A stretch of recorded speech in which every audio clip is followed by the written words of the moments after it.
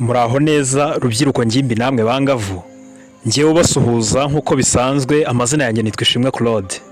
Tubagezaho ibiganiro bigamije kubashyikiriza cyangwa se kubagezaho amakuru ya nyayo kandi y'ukuri ajyanye n'ubuzima bw'imyororokere. Tubasaba kudukurikira rero ndetse no kubaza ikibazo cyose mwibaza mubinyujije muri comment hasi, tukazakibagezaho mu kiganiro cy'ubutaha. Uyu munsi rero tugiye gusubiza ikibazo kigira kiti imihango ni iki? Icyo kibazo kibaza icyo imihango ari cyo, twagisubiza mu buryo bugira buti imihango ni uburyo karemano bwo gusohora ingobyi yakuriraga muri nyababyeyi yawe. Iki ni igice kimwe mu bigize ukwezi k'umugore.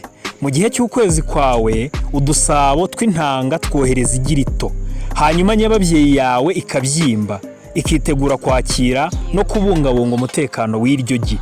Iyo hatabayeho imibonano mpuzabitsina ngo iryo gi rihure n'intangangabo, ibyo bita gusama ntirikura muri nyababyeyi, ahubwo iryo gi n'ibyangombwa byose bigomba gutunga iryo gi birasohoka bisa n'amaraso, bisohoka bisa nk'amaraso. Ibi nibyo twita imihango, akaba ari nayo mpamvu umukobwa ava amaraso muri icyo gihe cyangwa se buri kwezi. Muri make rero icyo nicyo gisobanuro cy'ibanze cy'icyo imihango ari cyo. Ikindi kibazo umwangavu yakibaza amaze kujya mu mihango, kiribaza kiti ninjya mu mihango nzakora iki? Ikintu cya mbere umwangavu aba akwiye kwitwararika igihe agiye mu mihango ni ukugira isuku, koga kenshi ku munsi ndetse akanambara kotegisi imurinda cyangwa se ituma imihango idashobora kuba yagaragara ku mwenda we w'inyuma.